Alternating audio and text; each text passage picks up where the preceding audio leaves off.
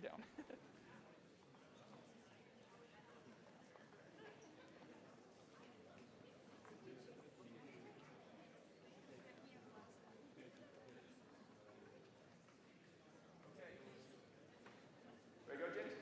You all follow directions way too well. You got really quiet with one announcement. That's very, very nice of you. It's awesome. So welcome, everybody, to which number Connext is this? I have to ask this question every year. Oh, it's not 10. We haven't done it every year. I think it's 7. 7 is the best answer I've gotten. Is it 8? I don't know. I literally don't know. I think it's 7. I'm really asking you because I don't know. I think it's 7. How many people are here for the first time, if you could raise your hand? Oh, wow. Holy cow. A lot of you. Welcome. It's great to have you. So my name is Patrick Mullane. I'm the Executive Director of HBS Online and Executive Education here at Harvard Business School. We have a huge and fun day of activities. We'll start here momentarily. I'm going to go through a few slides very quickly, and I'm going to turn it over to Samin Mohsen, who runs HBS Online, to introduce Tommy Amaker, Harvard's basketball coach, who is responsible for the shirts you have on your seats. So, and obviously, feel free to horse trade with other people to get a shirt that fits you and that you like. This is a great way to meet other people as well. So we're going to do 2 things. One I do every year. Does anybody know what that is? The selfie. Yes, we're going to do a group selfie. And then the second thing is I'd like to get a picture if everybody could hold up their shirts. We'll do that second, so don't worry about that yet. All right, let's do the selfie. By the way, I was looking at selfies of me doing this from a few years ago, and I got to stop doing this because my age is showing. Like, I have less hair, it's more gray. Okay, and we do 3. I'll do this side, the middle, and this side here. So everybody, and I'll get this posted somewhere. I think we're going to get it posted. You don't have to hold up the shirt now. We're going to do a separate picture with the shirt. All right, everybody look. 1, 2, 3, make some noise. All right. Then this way, 1, 2, 3. And this way, 1, 2, 3. Yeah. Awesome. All right, now, if everybody can hold their shirts, I'm just going to take one photo facing. Oh, that's me. Hang on. There we go. All right, 1, 2, 3. Nicely done, everybody. Thank you. All right, so. Let's go through our slides here. So, who's at Connext today? We have 2,520 attendees. 631 of you were supposed to show up in person. To be honest, when I was over in the coffee, I didn't think we had that many people. Being in here, I think we probably do, or at least very close to it. With 1,900 virtual, hi everybody in the virtual world. Say hello everybody in the virtual world. There we go. We have 121 countries represented, which is pretty darned impressive because there are less than, I think, 200 countries in the world, so we've got most of the world covered. We continue every year to have 6 continents covered, so we need somebody at I say this every year, at a research outpost in Antarctica to take one of our programs. I'm sure we have something that must appeal to somebody there so we can get Antarctica covered. I want to call out a few people. Congratulations to Marina Deriabina. I hope I'm pronouncing your name right. She is on us, watching us virtually, and Richard Pitts and Karen Vardanyan. Is Richard? Can you raise your hand? There's Richard. There we go, Richard. And I can't remember. Is Karen here too? No, maybe virtually. All right. So thank you very much. There's a number of people who have taken many, many courses. And it's always gratifying for us when one leads to another and people feel that they're able to expand their horizons because of what they've learned. Let's talk about one of our new programs. Now, by the way, I talk about these for many reasons. One is we love it when people take our courses. But I've mentioned this to some of you during the coffee hour, that we take our mission very seriously here to educate leaders who make a difference in the world. And while, yes, we like to have people attend our courses, it's gratifying for us to have people choose Harvard Business School for their educational needs. We also really believe in the idea that if we do what we do well, we make the world a better place through you.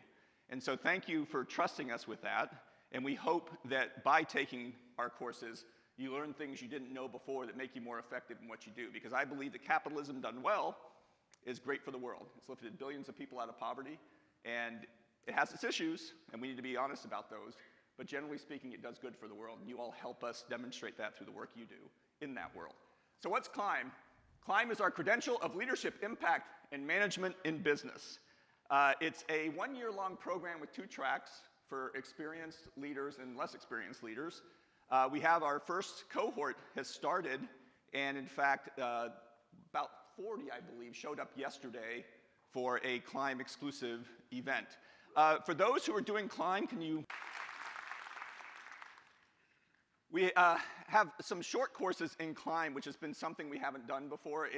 These short courses basically tie together electives and required courses that are already in our course portfolio. So Amy Edmondson does dynamic teaming, and in fact, yesterday, the event we had for the CLIMB participants was we had a lunch where Amy came and presented on her research on intentional failures or intelligent failures and how you can learn from them. Leading in a Digital World by HBS professor Linda Hill. I don't know if this is going to make me seem old or Linda or both of us, but Linda, when I was an MBA student here, was my section chair. We're divided into sections of 90 people, so I knew her when she was a brand new professor here at Harvard Business School. And then Jill Avery has a course on personal branding, which is, her research is fantastic, and the way she looks at branding is really, really interesting because it's not just about the branding of a firm. She talks a lot and does research about personal branding and how you need to let the world know who you are by the way you present yourself, i.e. by the way you brand yourself. We have, let's see, 4 more courses since the last time we saw you. Business and Climate Change, Digital Marketing Strategy, Winning in Digital Platforms, and AI. Some of these courses are helping us fill out tracks that we haven't had before in marketing and digital transformation, so more courses to come there. The Parlor Room podcast. Is anybody listening to the Parlor Room? Raise your hand if you are. All right, we need more people to be listening to the Parlor Room. So I've been binge listening. So Chris Linane, who is our creative director, interviews faculty on various topics. They're 28 minutes long. They're very, very well done, and they're very, very interesting. I highly recommend it. I listen to them often when I'm walking my dog and learn a ton while I'm doing it. We're actually going to record one of those sessions today on stage. That's what we're doing this afternoon. Chris will be here to do that. And then lastly, we have our community challenge, per usual. Every year, for those who don't know, we engage with a nonprofit trying to fix a problem in the world. And we effectively offer up all of you through our community chapters as free consultants to help them solve a problem. And we turn it into a competition. We had a record number of applications or interest in this competition this year. I think it was 17, is that right, Lauren? 17 chapters put in proposals. We're going to have the 3 finalists today present, and we're going to have judges decide which one wins along with our nonprofit, which, as you can see, is Oxfam's Global Innovation Lab for Equality, Agile. And then you all will also have the opportunity to vote on kind of an audience favorite as well, so we don't get the final word on this. So with that, I believe that's my last slide. I hope you enjoy your time here today. Please make it a point to introduce yourself to others. And with that, I'm going to turn it over to Samin Mohsen, who runs HBS Online. Samin had a long career in publishing before she came here, most recently as a senior member of the Harlequin team. She also worked for Time, InStyle, People, as my wife and I call them trash mags when we get on the airplane, right, to read about what's happening with all the celebrities. And she's been in online for, I think, 8 years now, because she joined about a year after me. So I'm going to have Samin come up here, and she's going to interview Tommy Amaker, who is Harvard's basketball coach. Is Scotty here? Where? Raise your hand. No? I needed a Duke graduate, since we have a Duke graduate and basketball player here. What's that? Yeah, does anybody else here go to Duke University? Oh, oh, of course. Our own people. So with that, I'm going to turn over to Samin, and we're going to have a conversation with Tommy. Samin. Do you need that? I don't know. Here, you don't want to forget. Oh, thank you, my phone. Yes. All right. Thank you, Patrick. So we'll get situated up here. So it is my distinct pleasure today to welcome Coach Tommy Amaker to our stage and to Connext. So I'll do a formal intro and then we'll dive into our program. So Coach Amaker is an educator, coach, and leader who's transformed the Division I men's basketball program at Harvard University both on and off the basketball court. Since joining Harvard in 2007, Tommy has taken the program to unprecedented heights and is the all-time winningest coach with the Harvard Crimson. I had to practice that word.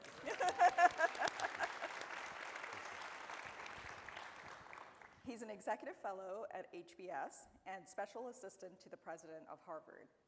But it's Tommy's work with his players outside of basketball that makes him the most proud. For the past 17 years, his program philosophy has been teach, lead, serve. We'll be diving into that shortly. Integrating leadership and social justice into his coaching program.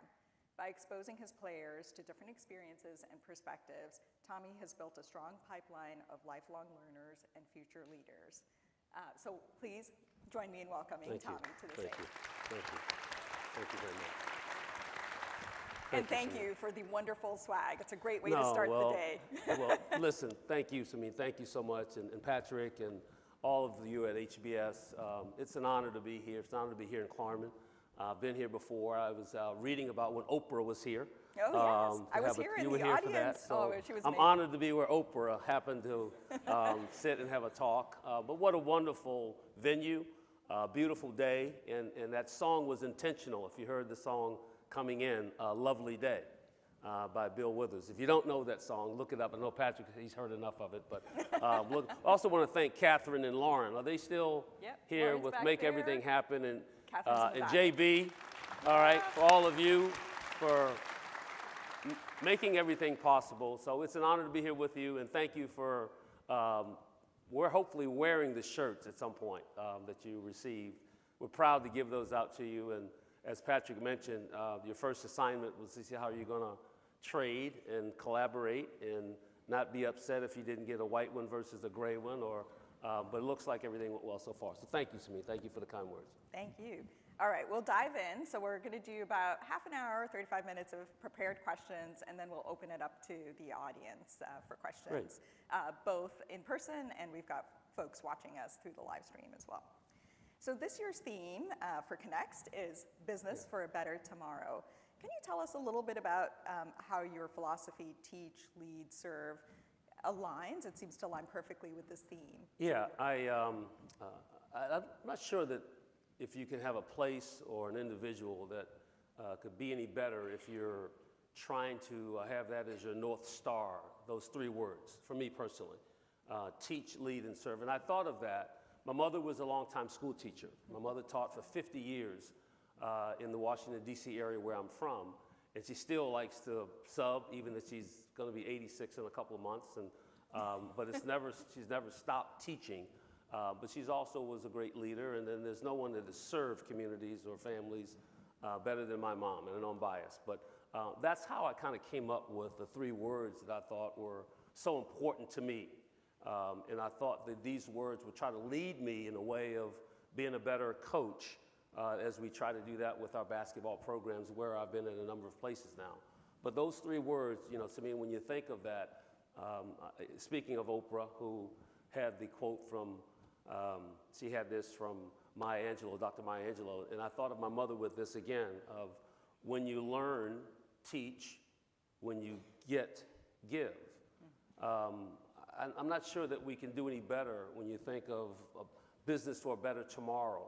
We have a saying in our basketball program. We use a lot of sayings, a lot of quotes, and try to make sure that our kids can remember some of the lessons through these. Sometimes they'll think they're silly quotes, but they remember them, which is the goal, to remember. But we have sayings at various times, and we use this a lot. That said, the best preparation for tomorrow is to do good work today. And so it gets us to think about where we are, but it's also thinking about how much better we can make tomorrow. And I think of that with our basketball program. I think of that with the business for a better tomorrow. We want things to be better, no matter how great or good we may be, even here at Harvard. I'm not sure we can think of better places of higher learning on campuses of institutions, but we can still get better at Harvard. we can still learn from each other. And I'm always thinking of, as you mentioned, for a better tomorrow.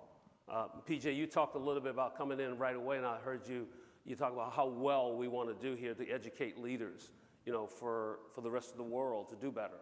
We have another thought for our team. It's not good enough just to do well. We kind of expect you to do well, but we also want you to think about making sure you do good. And there's a difference in doing well and doing good. And we want to combine those two. And I think of that for teach, lead, and serve. Also think of that, as you mentioned, for business for a better tomorrow. So tell us a little bit more about your leadership philosophy. So you're training athletes on and off the court. How do you incorporate some of your leadership principles and development in how you train your athletes? Well, we're very proud of making sure that, understanding where we are. We're on this campus here at Harvard. We have access to the best minds in the world. There's a reason that we have 121 countries represented. People literally come from all over the world to get answers from this campus and from these amazing people that we're all going to learn from. And so we talk a lot about, for our team, to think about how can we take advantage and maximize where we are. We're here at Harvard. There's so much that happens on our campus. So thinking of the speakers or the visitors that come, can we learn from opportunities that they're going to bring, the things they're going to say, how they're going to be able to interact on our campus. And also, I think it's so important when you're dealing with kids of 18 to 22 years old, and obviously all ages of kids, and I still call our guys kids. They don't like that all the time, but they are. But we have to model it. Yeah. So you say, how do we teach them? How do we help them? Well, how do we model what we were trying to have them understand and hopefully emulate one day? How can I do that? By being here today, I'm modeling for them to be better and bigger and do more than just playing basketball, being a part of the community, hopefully bringing lessons and values to all of you, and hopefully gaining and receiving lessons and values and things from all of you. And if there happens to be someone that that's 6'8" and a straight A student and is 15 years old, make sure you find me afterward. We can start with that, how you can help me. But we're collaborating all the time on this campus, and I love that. And so modeling what we're trying to expose them to, bringing speakers to them, bringing lessons to them. We have, I don't want to jump ahead of things, but we have a breakfast club. Yeah, tell us a little bit about that. If you haven't heard of that, but hopefully there's a chance to look that up, if you will. But it's an amazing program. I shouldn't say a program, but a part of our program that has developed through the years with the legendary late great law professor, tenured law professor here at Harvard, Professor Ogletree, who passed away a couple of years ago. But we started a breakfast club, and he started it basically with me to integrate me into the Harvard community. And then he brought others to for me to meet and to learn from, and for me to have opportunities to engage with other professors. It basically started in the beginning with just African-American professors and one white man who was the former dean of Harvard B School, Dean Emeritus, John MacArthur. I don't know, are they staying in MacArthur? Okay, MacArthur Hall, or MacArthur Building. He referred to himself, he was the self-proclaimed title as the honorary brother in the Breakfast Club when we first started. And then I thought of us bringing our players to these meetings or these breakfasts, and now it's grown to where we've even had President Obama come. We've had governors and mayors and politicians, and we talk social justice, we talk education, we talk diverse equity and inclusion. We have guests and people, but I want our players in the rooms. I want them there to have a chance to listen, to absorb, these brilliant, thoughtful, giving people in their conversations, ask questions, be mentored by them. These are opportunities for them to have, as we all talk about networking. Well, this is how we expose them to this at a very young age, if you will, and start their first years in college and go on to become seniors in college. And so all these things are part of me trying to model, but expose them to people, brilliant, thoughtful, giving people, and allow them to see themselves becoming one of these individuals. And just as important, when they do become, because I have a great deal of confidence that a lot of them will, that they remember when it becomes their turn to give back, as these incredible people have done. I want them to, as part of the deal, is that they have to remember when it becomes their turn, this is how you're supposed to maybe give back to a community, how you can serve a community, how you can mentor, a young person that they're trying to find their way, as many have done for you. So one of the themes of kind of the connection is collaboration and communication. Tell us a little bit about, obviously that's essential on the court. We need to do better at it, by the way. But tell us a little bit about how you facilitate that communication and connection between the players, and what are some lessons that we in the audience can take away from the way in which you approach that? Yeah. Well, by giving assignments, as we did here with the shirts, you graded very well with that first assignment. But one of the things that, I think is so critically important, as we all know, in trying to communicate, is to be clear, concise, and consistent. That's our way of trying to communicate with our team. Like we want it to be, crystal clear of what we're asking, or in some cases, demanding of their behavior, of their roles on our team. We talk about, how important it is we give out roles. If you're part of any team, and all of us will be on teams the majority of our lives, right? Whether that's your corporate or your industry, whether that's your family, whether that's your faith, your community, you're going to be on teams, and it's great to be a part of a team. Well, we have to have roles on a team. Like, everyone can't do the same thing. I mean, we need others to do this and do that. And then one of the things that I think is so critically important is about being clear, is that we're not interested in people accepting their roles. We're interested in individuals who want to embrace their roles. Big difference in those two words.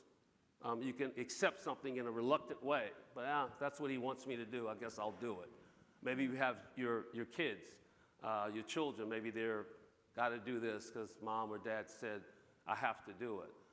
As opposed to us embracing that role and being enthusiastic about it and wanting to be able to put forth everything that's necessary to be a star in that role, not just trying to complete the project. Or there's a difference in routine and commitment.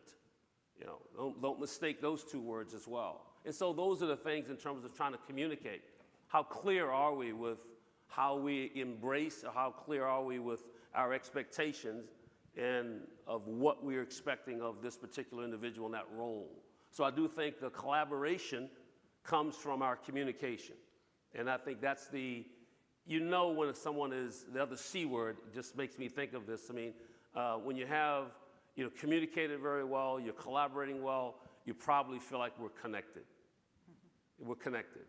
And if you see any team, that's connected, it's probably a really good team. It's probably a team that's having a lot of fun, and it's probably a very successful team. So despite the best sort of connections and ways of communicating, sometimes there are setbacks, even for the most winningest coach. Yeah. No, we've had a lot of them. So, I'm stretching my legs, but I'm sorry, go ahead. Yeah, no, go ahead. Yeah. So, when not every game goes your way, what's your philosophy and approach? How do you approach that with your team? Yeah. Well, you mentioned the word setback. It triggers something in me right away. Going back to my mother. My mother's favorites. My mother taught school, as I said. She had many quotes and sayings around the classroom that she would teach, and have used a lot of them through the years in coaching. Well, her favorite one, when you had that word setback, it just clicked into me. The favorite quote from my mother, and I've used it a lot through, and it's affected me in my life, and I'm sure in some ways all of you in different capacities. But her quote is, "A setback is just a setup for a comeback." Mm-hmm. Nice. I'm gonna tell my mother yeah. That's a good one. Right? Yeah, that's great. That's hers. That's her favorite one. That's what a setback is, just a setup for a comeback. And how brilliant is that, and how thoughtful is that, and how does that move us in the direction of whatever that setback and failure, whatever that may be, how we start right away with a mindset of positive, of redemption, or digging deep, or being better, or coming back, as we say. And so I know that with our team. I know that we utilize that. And that's a way for us, again, right away, to think about how are we going to learn from this. And there's a rule for mistakes, as we would say. Make all mistakes new mistakes. Like we're not interested in revisiting the things that we just had problems with, if we're really trying to be in tune to learning and growing. And so for us to be able to think about that setback, and so we're going forward, if we make mistakes, it's going to be something different, something new, that we didn't encounter before. And I think that's a very positive, healthy way of us trying to think about forward thinking, think about, business for a better tomorrow. Great. So diversity and inclusion, clearly, you talked about the Breakfast Club, you talked about your relationship with your players. For you, it's clear that those are key values. How have you cultivated that sense of inclusion and diversity within your teams, and what can organizations learn from that approach? Well, I do think that obviously how critical and important that topic is, and to be very intentional. I don't think we can do enough of that, of being intentional. I love when I look in this, we're intentional about it throughout our campus community of making sure that we all are feeling we belong, we are included, we're heard, we're visible, we're valued. I love that, and I see that in this room. I mean, PJ, you mentioned the stats and the statistics of how diverse, this program, how our online program, all the things that we are a part of. Well, being intentional, I think, is very critical of not losing sight of that. Like we just can't think it's just going to happen. Like that is not a positive thought, in my opinion. What we try to make sure that our environment is safe, it's supported, and it's inclusive. Like it has to be that. Our players in our locker room, they have to feel like they're valued, they're welcome. Well, I'll just tell you one quick story of one of our players, a black player on campus, was on the transit bus at Harvard, taking the bus back and forth, class, back to the houses or the dorms, and then coming to practice, whatever pathway he was headed. I don't know which one, but he was on the bus, and he heard others having conversations in in a way that maybe he didn't think was very thoughtful, but conversations about Colin Kaepernick, if you know that name of NFL football player that decided and thought in ways of taking a knee for the national anthem for NFL games, and it became politicized in so many different ways, but his thought was of inequities in communities of color, and that was his way of having a voice with that. And it got turned into many different things. But the conversation was being on that bus, and he was very uncomfortable of what he was hearing and what should he do? He didn't know how to, not that he was asked to be in the conversation, but he was hearing it. And he was on his way to practice, and he came to practice. And that day in the locker room, I remember it vividly of me. I have things that we call required reading and required viewing. So there's a video, it might be an article, but I don't send them always links, and they want links on the phone. Sometimes we have an article, we copy it, I highlight it myself. I want like Cliff Notes that maybe they won't read everything, but they better read these things. Old school. Old school, exactly right. But he came to practice that day, and on the seat of every chair in the locker room was an article on the Colin Kaepernick quote-unquote controversy. And he told me afterward how much he felt relieved that there was a place and a spot that, and he knew that about our program, but how he could exhale and we could have discussions about it. No matter what your feelings were, there was a place that you could talk and be respected, and you can have disagreements in a respectful way, but there was a relief in his mind and his way of talking that I can discuss this. This is something that it's allowed for me to have comments or feelings, and this is in our basketball program in our locker room. So to the point of your environment is everything, having to be safe, supported, and inclusive. Yeah, we talked about that yesterday for those in the audience who went to Amy Edmondson's talk during Climb. We talked a lot about psychological safety and having the ability to be comfortable making those mistakes, but also having those conversations. Yes. So important. Switching gears a little bit, tell us a little bit about how you think about innovation on the court and then off the court as well.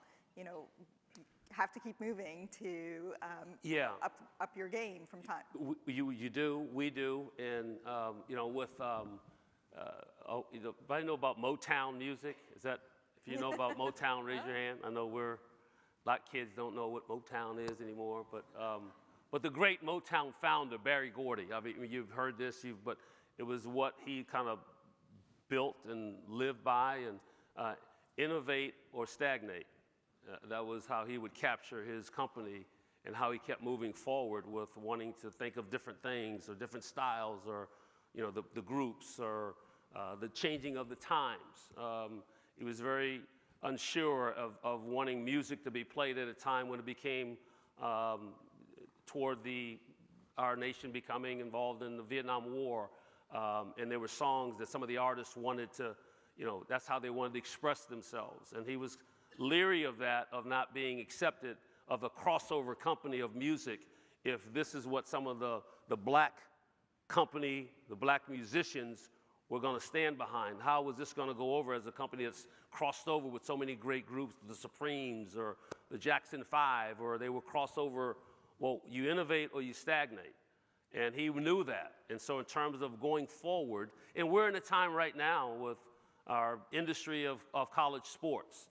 We're in a moment of tremendous change and transition. And I don't know that anyone, at least certainly not me, has any idea of where it's headed.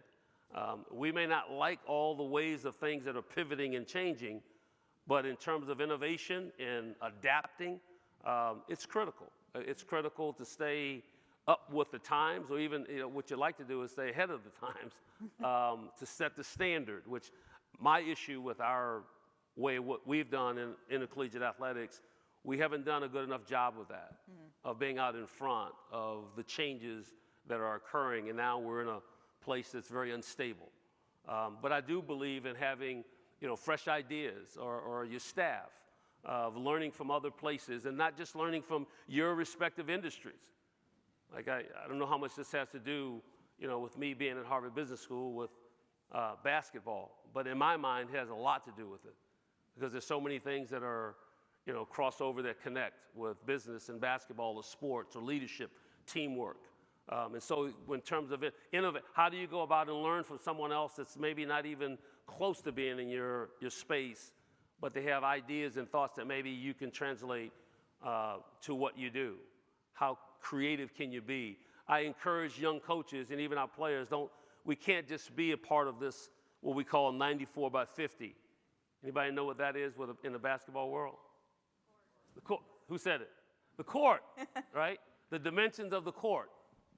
Like, we just can't be confined to that. We would have to say, like, beyond the 94 by 50. You know, how can we take what we learn here and translate that to somewhere else, or how can we find someone else and bring it to the 94 by 50, but beyond the 94 by 50. Same thing within your respective worlds and your industries, beyond where you are. Because I do think in order to innovate, I think there are things that you could probably learn and bring to your environment, bring to your staff, bring to your team, ways to be creative and ways to innovate and to think beyond exactly, for us, the 94 by 50. So it sounds like you're constantly strategizing and adapting to the environment around Trying, you. yeah. So tell us a little bit about how you approach that adaptation with your team, and then what lessons that we can take away from that. Well, the main thing that we try is, maybe you don't like this, me saying this. Are we being recorded, by the way? We're off the record in here? Well, we are being streamed, so. So everything is on the record. They won't, you won't say it. No big deal, just fun. But one of the things that we really try to do, and it's unfortunate in this way, but I do think it's smart and I do think it's healthy. There's another old saying that we try to live by: learn from the mistakes of others, because you won't live long enough to make them all yourself. So how can we learn, from other, and you know what's healthy for us with our team? They're not emotionally attached to it. So it's not a, blame game that they can kind of mentally get involved in. If it's someone else, yeah, how did he do that? Are you kidding me? That guy made that move? Or, no, we're showing you because maybe you've been doing this a lot yourself. But learning from the mistakes of others in a healthy way, in a way that, we know sometimes there are things how much we want to do it this way, and we show that. But there's also a lot of things we can show to, unfortunately, some of the mistakes or the pitfalls or the mishaps of others that we can kind of guide our folks to maybe that, we won't step into that, or we won't make that wrong decision or make that wrong turn. I think it's something in terms of your kids, your youth. I mean, I know you probably do it in your own different ways, but learning from the mistakes of others because you won't live long enough to make them all yourself is a very powerful, to me, a very powerful way of us trying to teach through moments of those adverse situations that we can show. And even with, we'll clip things for our team, even from NBA games, or because they are so fixated on, the pros or the NBA. Well, we can show things that this was, maybe could have done this. I'm sure people have shown a gazillion mistakes of Harvard basketball doing something wrong. But that's really a healthy way of trying to, without them being emotionally attached to it. Mm-hmm. Yeah, that's really important to strike that balance, right? To Yes. achieve that overall. So before I turn it over to audience questions, one last question for you from us. What is one piece of actionable advice that you would give us from a leadership perspective, from an organizational perspective? What would you want to leave this audience with? Something very simple it comes to mind of we had here, which is my opinion of the greatest basketball player to have ever played. I know that's a big debate all the time with various players and whatever, but in my opinion, it was Kareem Abdul-Jabbar. And we were lucky enough, you clap for him? Yeah, you agree with me? You agree, he's agreed, okay. No offense to, the other great, whoever, Michael Jordan, LeBron James, of course. I mean, they're all, Mount Rushmore, if you will. That phrase is used a lot. But me personally, it was Kareem. And when Kareem, we had him come to Harvard for our basketball team. What an honor, what a thrill.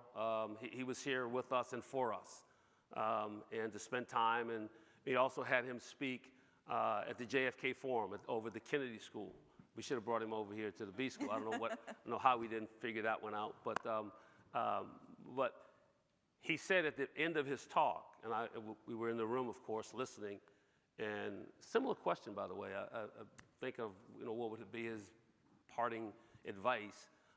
And he was, as Kareem can only be, he paused, he hesitated, and the room was incredibly quiet and silent, and it was packed, and a lot more people to hear Kareem than me, by the way. But it was incredible, venue, but he was very thoughtful, as he is. He's a brilliant guy. I introduced him as a writer and an author that happens to be 7'2" and the greatest basketball player in the world. He loved that, by the way, of someone being able to say to him that they saw him in a way not just because he was black and tall, of being, a great athlete. Like he was valued and also of his intelligence, which is so another piece of his being, of who he is. He wanted to remind everybody that he came to Harvard in one summer that he was in the NBA to study Arabic. And he did that. And he wanted to remind us again that he got an A in the class. So pretty cool. But he said, as only he could say, he said, if I would say anything, I would say, try to get to know someone that doesn't look like you. That was his parting piece of advice, which I thought was incredibly powerful. He got a standing ovation. He got a standing ovation when he said that. And I thought, wow, what fundamental, simple, but what powerful message, especially in a few years ago, and not just at any moment in time, to think of that. And I would like to say, and if I'm okay, that I want to give you my favorite poem by David Evans, who is probably the longest African-American senior administrator ever served at Harvard for over 50 years, I believe. And he always talked about just a few words of rhyme. But he's just a great man, and but I always loved his poem that I found to be my favorite. And it was by David Evans, and it's very short, I think very sweet, but very meaningful. Education is like freedom. It's never been free. When we picked up peaches, someone else shook the tree. I was a picker, now may I a shaker be. As I have gained, let someone else now gain from me. Let me shake for others and perhaps ease their strife and not be a picker of peaches all my life. That's my parting words for all of you. Thank you so much. Thank you.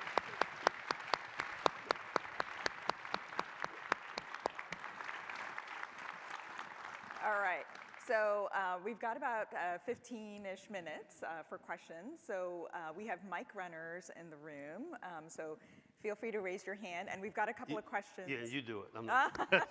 You're supposed to have me pick. I'm not going to do it. All right, we have someone eager here, and then we'll also fit in a couple of questions from the virtual audience. I'm from India, and we Indian are more into the cricket, but yeah.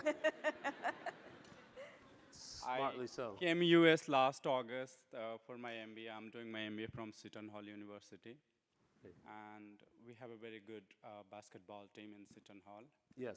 So consider you are, for all of us, you are coaching now. We are in the basketball court, right? Yes. What is the best suggestion that you want to give to maximize in this Harvard court for all of us? Yes. What best advice can I give to maximize all of you as my players, and I'm the coach right now? Exactly. Yeah. My best advice would be what we have plastered in our locker room. Good teams have good players. Great teams have great teammates.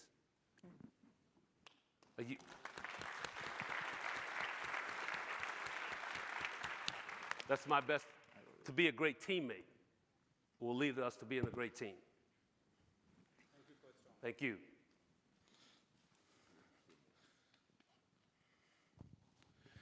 Hello, good morning. Sir, I've got a question.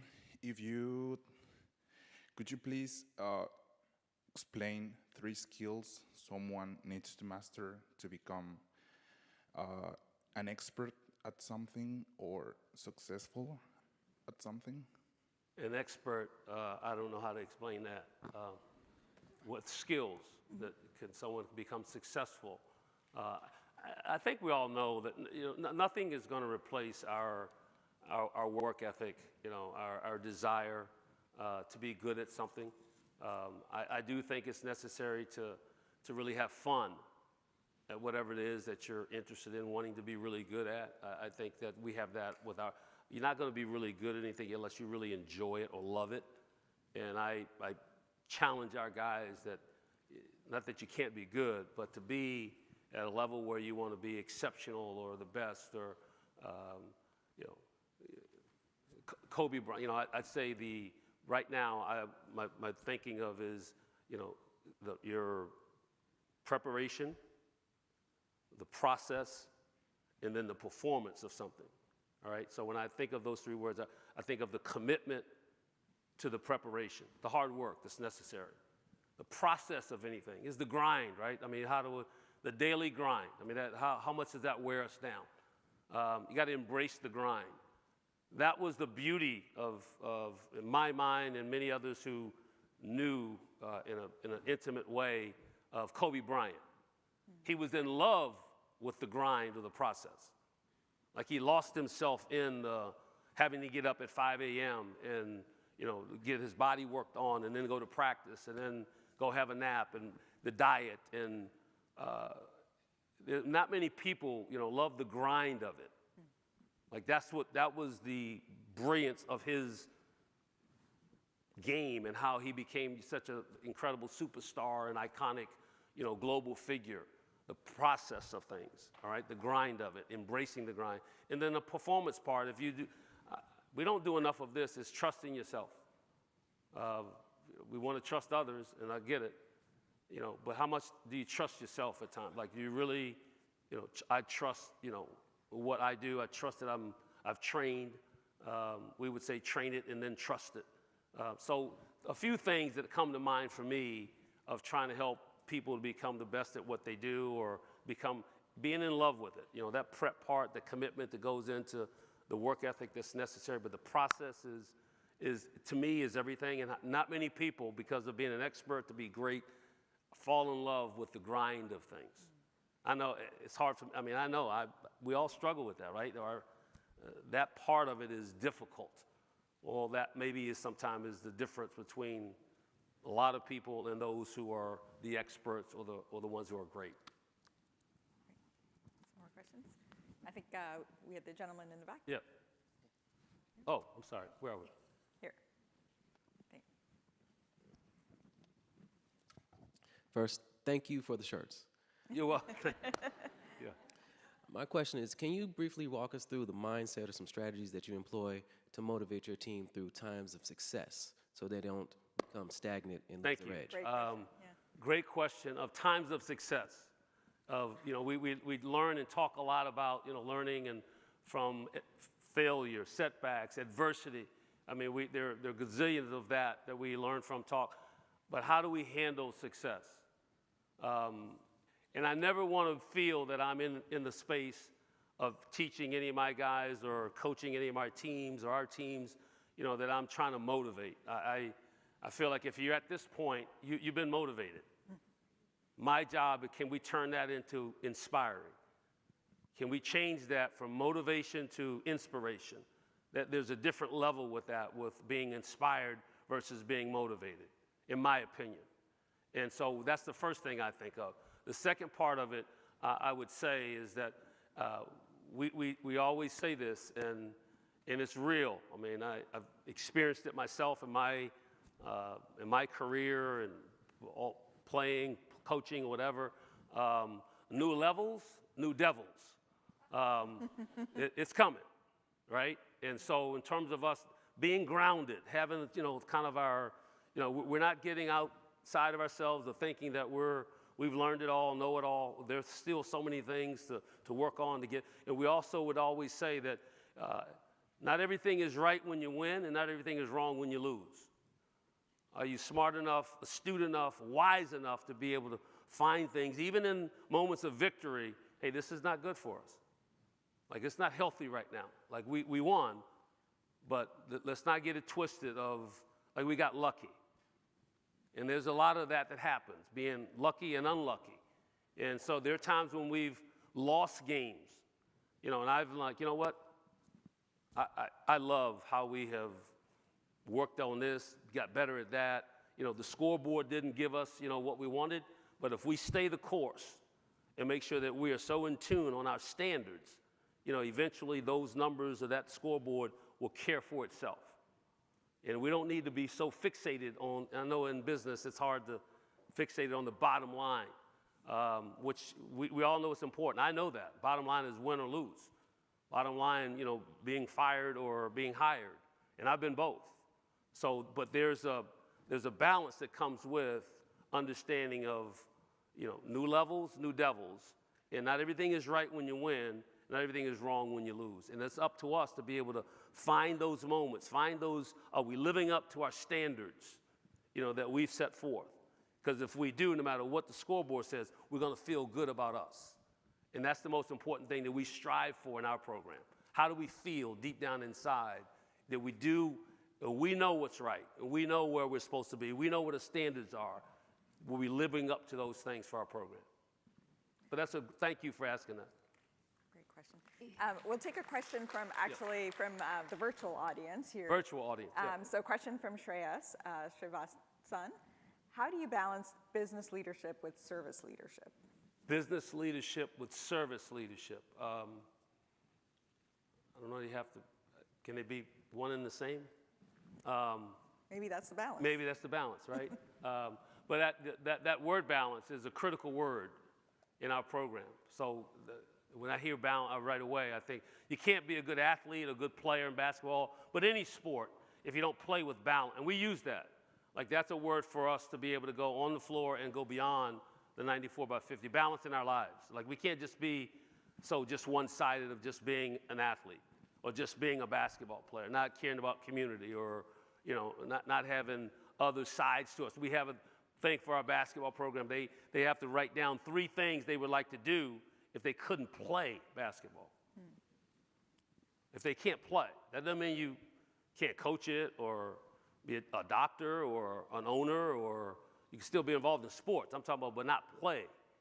Like what would be some of the things that you would be interested in? And so the balance of understanding that's service to me of serving our players, serving our community in ways of these very thoughtful kids who are going to grow into being very thoughtful citizens. But also, as we said before, doing well and doing good. You know, that's the balance that we have. That's one of the goals. If you asked our players right now, what are the goals for Harvard basketball? I'd be crushed and shocked if they didn't rattle off the 5 things that are our goals. And one of them is to do well and do good. Great. Yep. Oh, sure. Go ahead. Thank you, whoever did that. Tommy, wonderful to meet you. Thanks for being here today. My name's Emily Gabriel. I'm coming from Jersey today. Switching gears a little bit, simply put, you were a player, now you're a coach. If you had to give advice to someone who's in an individual contributor role at work and is curious about management, how do you know if and when you should make that move and if you've got what it takes? From a player to a coach? Or an individual contributor to a manager in a business sense? Yeah. Sometimes it's made for you. Some of those decisions, especially in the athletic world that I've experienced as a player and as a coach. I only think of, you know, you have maybe your thoughts of where you want to be, who you want to be, or maybe some visions of that. And I don't think there's anything wrong with working toward that, having that dream or aspirations of whatever those positions may entail. Only thing I would say is that what is it going to take to get there? Like we live in such a world with our, and I go back to through the lens of our players, of seeing just highlights, snippets, quick takes. You know, social media just does the quick video. I don't know, the video of something happening for basketball. The shot goes in and everybody's excited. Well, we need to know, how did we get there? How did we get there? And probably there was a teammate that knocked the ball down somewhere and somebody else blocked out, or, you know, someone else, you know, passed the ball to a certain position and then it got to the right position. There's so many pieces and layers and pathways of something occurring maybe that we want, and we need to make sure that we recognize and applaud and understand that. But in terms of the transitioning to a new role, you know that you're ready. I would say that I would change it, in my opinion. I wouldn't say ready, I would say, are you prepared? I would say, are you prepared for it? And if you are, that's when you know, I think, is, because everyone thinks they're ready. Right? I mean, but a few of us are prepared for it. Yeah. Thank you. Time for a couple more questions. Yeah. Anybody? We got to get somebody. Come in the back. Oh, yeah. so at least we did all the questions. All right, there we go. We've got a question in the back. Hello, my name is Megha and I'm from Austin. My question is, how do you identify, or like what is the key attribute of a captain in the team? Oh, wow, I love that. A captain for our team. It's a little bit of not a sore spot, but it hits a chord with me. Again, we're being taped, so I got to be careful. But it's a very popular thing to become a captain at Harvard. I mean, it's a cool thing. It's a popular thing. It's something that uses for resumes or, you know, your brand or whatever else you want to say. I've been lucky enough through my time to be a captain of teams, and I'm proud of that. Very proud of that. Being a captain of the Duke basketball team, I'm incredibly proud of that. But one of the things that I learned through that, and also learned through coaching, you can have captains who aren't necessarily great leaders. I would rather have great leaders than worry about who's my captain. Because we're going to have a captain, but you can have a captain, you can also have leaders. Just because you're captain doesn't necessarily make you a leader. But a leader is a leader. I don't think there's any way around that, or when we know, we know. And that's what I'm hopeful, that those two coincide. But even sometimes when we have, the Boston Celtics, the great Celtics team here, the last NBA championship, and we're going to get another one this summer, by the way. The last one was in 2008. And Coach Doc Rivers, who's a great man and came to our breakfast club and more than once. But he would say, and he didn't mean this in a derogatory way at all, but he wanted to make the point of that team. Ray Allen was the captain. Kevin Garnett was the leader. Mm. And that was the reason maybe he was trying to say we needed both. Mm. And they both worked together, but that was the point. And so the captains can be voted by, we do it here, your peers vote for who the captains are. Mm. And that, sometimes there's that friendship or popularity, or we need leaders. Like, we need leaders, and hopefully those leaders will become the captains. But I'm making sure that our team knows, just because someone doesn't have the mantle of a captain, that doesn't mean they still can't be one of our leaders. Great. So with that, I know so many people have their hands raised, but we're at just past 10 o'clock. Yeah. But Coach, thank you. No, thank you. This is amazing. Thank you. Thank you. I feel like we need a... Thank you very much. Thank you. So before I let you all go, a few instructions. So 10:30 is when your case discussion starts, for those of you who are here in person. So please make sure you're in your seats for 10:30. It's in the building across the way, Aldridge Hall, and there's networking and refreshments before you embark on that. And for those in the virtual audience, you have some networking booths as well before the live online classroom discussion starts. And then one other item for those of us in the audience, you already have your Harvard swag, thanks to Coach, but the Harvard bookstore, the Coop, will be open from 12 to 6 in the basement of Spangler, which is the building that you were in for breakfast. So thank you very much, and please join me again in a round of applause. Thank you. Thank you.